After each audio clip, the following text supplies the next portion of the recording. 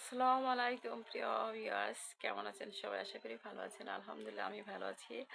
আজকে শবে বরাতের রোজা শেষ, শবে বরাতের পরের দিনের রোজাটা তো বেশি পূর্ণতা মঙ্গল আল্লাহ বলছেন।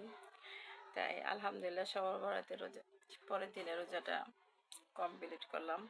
তো দেখেন রিজিকের মালিক রাজ্জাক, আলহামদুলিল্লাহ আলহামদুলিল্লাহ আমার ছেলে কি আনছে, কিন্তু এই জিনিসটা বেশি আনছে।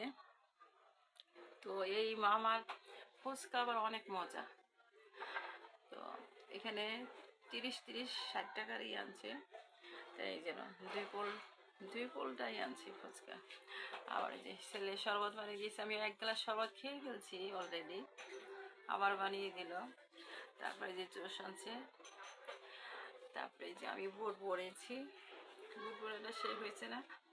আমাদের মা চাচিরা আগে এইভাবে বুট বন্ধ মরিচ, শুকনো মরিচের ফোড়ন দিয়ে পেঁয়াজ ভাজা করে বুটটা ছেড়ে দিত, আর অন্য কোনো মশলা দিত না, সেই টেস্ট লাগতো। এই যে জিলাপা, এখানে আছে জিলাপা, পেঁয়াজও, বেগুনি। তো পুরি নাকি ছিল না, আমি বলছি কেন পেঁয়াজ পুরি আনছো কেন, আলুর চপ। তারপরে দেখেন কত চকলেট আনছে আমার জন্য, আলহামদুলিল্লাহ আলহামদুলিল্লাহ।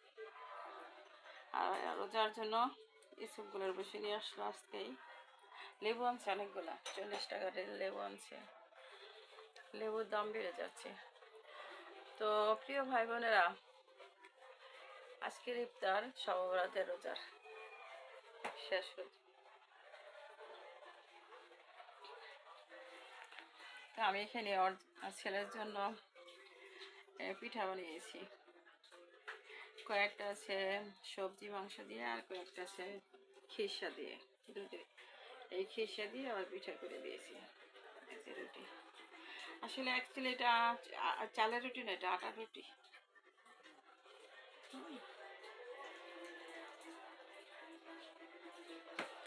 আলহামদুলিল্লাহ আলহামদুলিল্লাহ আলহামদুলিল্লাহ, যতবার আলহামদুলিল্লাহ বলবেন আসমান জমিনের যত দূরত্ব তত যেতে কোটি কোটি গুণ সওয়াব হবে। আলহামদুলিল্লাহ সুবহানাল্লাহ আলহামদুলিল্লাহ লা ইলাহা ইল্লাল্লাহু আল্লাহু আকবার।